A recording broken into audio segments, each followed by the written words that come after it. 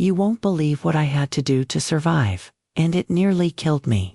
My name is Linda Eleanor Whitfield. I'm 84 years old, and 57 years ago, the love of my life slipped this ring onto my finger.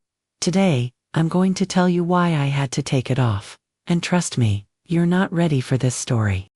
57 years, that's how long this ring lived on my finger. 57 years of washing dishes, changing diapers, holding dying hands, celebrating birthdays, and never, not once, did I imagine I'd ever have to sell it to keep a roof over my head. But that's exactly what happened.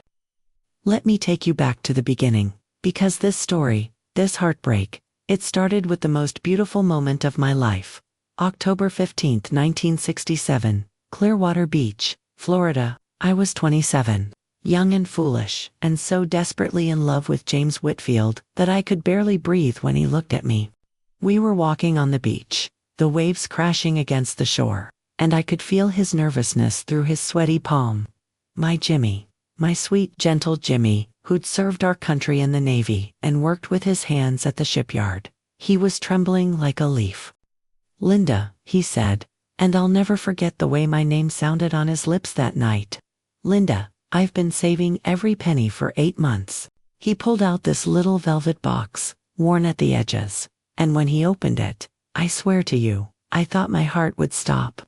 It wasn't the biggest diamond, it wasn't the most expensive ring, but it was ours. It was us. It was everything we dreamed of building together.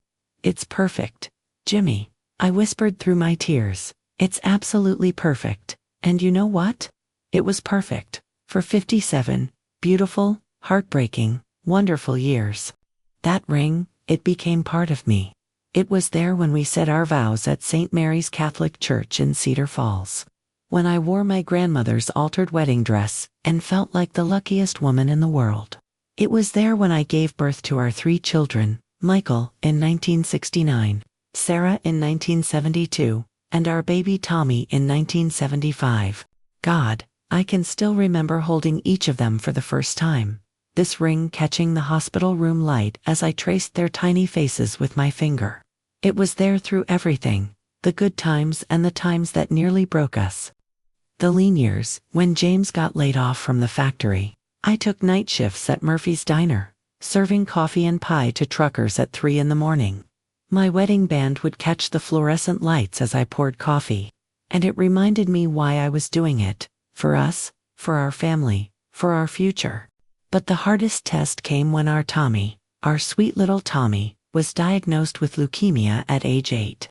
I'll never forget sitting in that doctor's office, holding Jimmy's hand, this ring pressing into his palm as we squeezed each other through the worst news parents can receive. We sold everything, our car, Jimmy's tools, my mother's china, everything we could part with to pay for Tommy's treatments. People suggested we sell my ring too, but I looked them straight in the eye and said, "This ring stays on my finger until the day I die. It's not just jewelry, it's our promise, our whole life together." Tommy survived. He grew up strong and joined the army, and I thanked God every day that we kept the ring, that we kept our promise.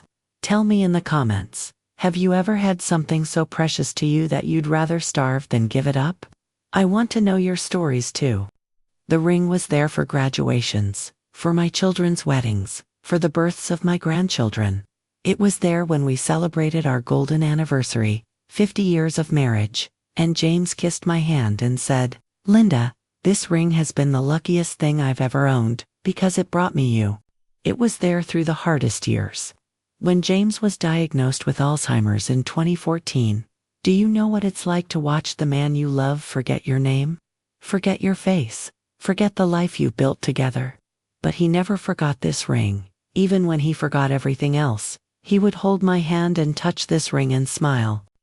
It was there when I held his hand as he took his last breath in 2018, and I whispered in his ear, "I'm going to wear this until the day I die, Jimmy," just like I promised.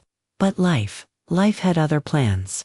January 2024, 6 years after losing my Jimmy, I got a letter from Social Security, a cost of living adjustment, they called it, but somehow it meant $43 less each month. $43 might not sound like much to you. But when you're living on $1,284 a month, when every penny is already spent before it arrives, $43 is the difference between eating and starving. Then came December's heating bill, $467. Cedar Falls had the coldest December in 30 years, and I sat in the dark for 3 days, wrapped in every blanket I owned, because I couldn't afford to keep the heat on. I called the utility company, my voice shaking with embarrassment and desperation. "Please, I'm 84 years old, I just need a little more time." The young woman on the phone, probably younger than my granddaughter, spoke in that practiced sympathy they teach customer service representatives. "I understand, ma'am, but policy is policy." That's when the eviction notice came. 30 days to pay $3,847 in back rent, or lose the only home I'd ever known. And that's when I looked down at my left hand. For the first time in 57 years, I considered taking off my ring. I tried calling my children first, but how could I burden them? Michael was going through a difficult divorce in Denver, paying alimony and child support for his teenagers. Sarah was in Phoenix, raising 3 children on a teacher's salary while her husband recovered from back surgery. And my Tommy, my miracle boy, was deployed in Afghanistan, serving his 3rd tour overseas. These children I raised to be independent, to be strong. How could I tell them their mother was failing? February 14, 2024, Valentine's Day, the cruelest irony you can imagine. I took the city bus downtown to Miller's Pawn Shop on 5th Street. I'd walked past that place 1,000 times, never dreaming I'd need to step inside. The smell hit me the moment I walked in. Dust and desperation, the accumulated weight of other people's surrendered treasures. Behind bulletproof glass sat a man who'd clearly seen too many stories like mine. "I have something," I whispered, my voice barely audible. I pulled the ring from my finger, and oh God, the feeling, it was like losing Jimmy all over again. The skin underneath was pale white, a perfect circle where the sun had never touched for 57 years. My finger looked naked, wrong, incomplete. He examined it through his little magnifying glass, weighing it, checking the gold quality, the diamond clarity, while I watched his face for any sign that he understood this wasn't just jewelry. This was my heart, my soul, my entire life with the man I loved. "I can give you $250, he said. $250. For 57 years of marriage. For a love that survived war and poverty and illness and death. For the most precious thing I owned. It wasn't even enough to pay 1 month's rent. That's all," I whispered. "Gold's down," he said with a shrug. "And the diamond's not high quality." I stared at that ring sitting on his counter under those harsh lights. And in my mind, I could see Jimmy's nervous smile as he proposed, could feel its weight as I walked down the aisle, could remember how it caught the light as I held my babies. "I'll take it," I said, because what choice did I have? What would you have done in my place? Would you have found another way, or would you have made the same heartbreaking choice? Let me know in the comments. I read every single one. He counted out the money while I signed papers that felt like signing my own death sentence. "I had 30 days to buy it back," he said, with interest, but we both knew I'd never see that ring again. I took the bus home with $250 and a hole in my heart that no amount of money could ever fill. I sat in my chair, the same burgundy armchair where Jimmy and I used to watch TV together, where I'd rocked our babies, where I'd grieved his passing, and I stared at my bare finger, twisting the pale skin where my ring had been for 57 years. But here's what I didn't know, what I couldn't know as I sat there broken and alone. 3 days later, my granddaughter Emma called from college. She'd learned about a government program that helps elderly Americans with heating costs, and she spent her entire weekend making phone calls and filling out applications for me. I didn't know that my Sarah had been saving money for months to surprise me with a visit, that she already had the plane ticket, that she'd walk through my door the next week with a check for 3 months of rent. I didn't know that Michael had gotten a promotion at work and had already set up automatic transfers to help with my expenses. He was just waiting for the paperwork.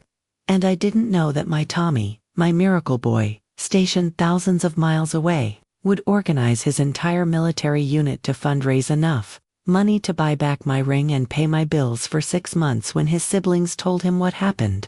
Most importantly, I didn't know that Emma would share my story on social media, that local news would pick it up, that strangers from across the country would send cards and checks and letters to a broken old woman they'd never met. Because that's what real love looks like, isn't it? The willingness to sacrifice everything for the people you care about, even when they don't know you're doing it, even when it breaks your heart. I got my ring back. The pawnshop owner, moved by my story like so many others, refused to take any interest. The ring slipped back onto my finger like it had never left, settling into that familiar groove, that pale band of skin that had waited patiently for its return. But I kept those $250 in an envelope marked with Jimmy's handwriting. Forever and always, not because I might need to sell the ring again, but as a reminder that love isn't just about holding on. Sometimes it's about knowing when to let go.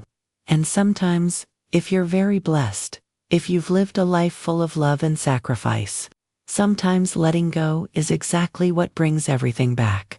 The ring is on my finger right now, as I tell you this story, and I'm still in my house on Maple Street, still sitting in Jimmy's favorite chair.